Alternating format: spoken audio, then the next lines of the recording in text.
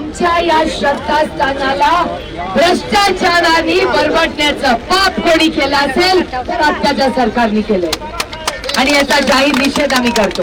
ह्याची पारदर्शक इन्क्वायरी झाली पाहिजे आणि ज्या आमच्या नेत्यांवर खोट्या ईडी आणि सीबीआयच्या केसेस केल्या तिकडे गेल्यावर वॉशिंग मशीन इथे राहिलं तर केस, तसंच आमच्या श्रद्धेचे स्थान अयोध्या ते उज्जैन ज्या मुख्यमंत्र्यांनी भ्रष्टाचार केला त्या मंत्र्यांनी ज्यांनी केला त्यांना ईडी सीबीआय करून त्यांना कायम स्वरूपी जेलमध्ये ठेवण्याची धाडस या भारतीय जनता पक्ष आणि प्रधानमंत्र्यांना दाखवलं पाहिजे। ही आमची आजची मागणी। पार्लमेंट सुरू होत आहे, शेतकऱ्यांसाठी तर आम्ही मागणी करणारच आहोत, पण अयोध्येचे उज्जैन मध्य प्रदेशच्या मुख्यमंत्र्यांनी सगळ्यात जास्त जमिनी अयोध्याचे उज्जैन घेतले आहेत तर मध्य प्रदेशच्या भारतीय जनता पक्षाच्या मुख्यमंत्र्यांनी केले आहेत।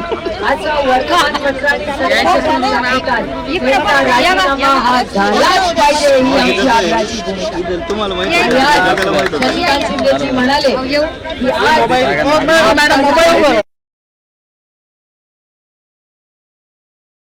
संजय राऊत साहेबांची बोलले, हर्षवर्धन भाऊ तर नेहमीच आमचं रोजच बोलणं होत असतं की जर आजच्या दिवसात माननीय जयंत पाटीलजी हे विधानसभेमध्ये आपली मतं मांडणार आहेत, आपल्या बाजूने आपल्या या सगळ्या आंदोलनाची नोंद त्यांनी घेतलेली आहे, जर माननीय मुख्यमंत्री आणि सरकारने आपल्याला न्याय दिला नाही तर तुमच्या सगळ्यांचा होकार असेल तर हा धडक मोर्चा पूर्णपणे विधानसभेमध्ये आपण जाणार।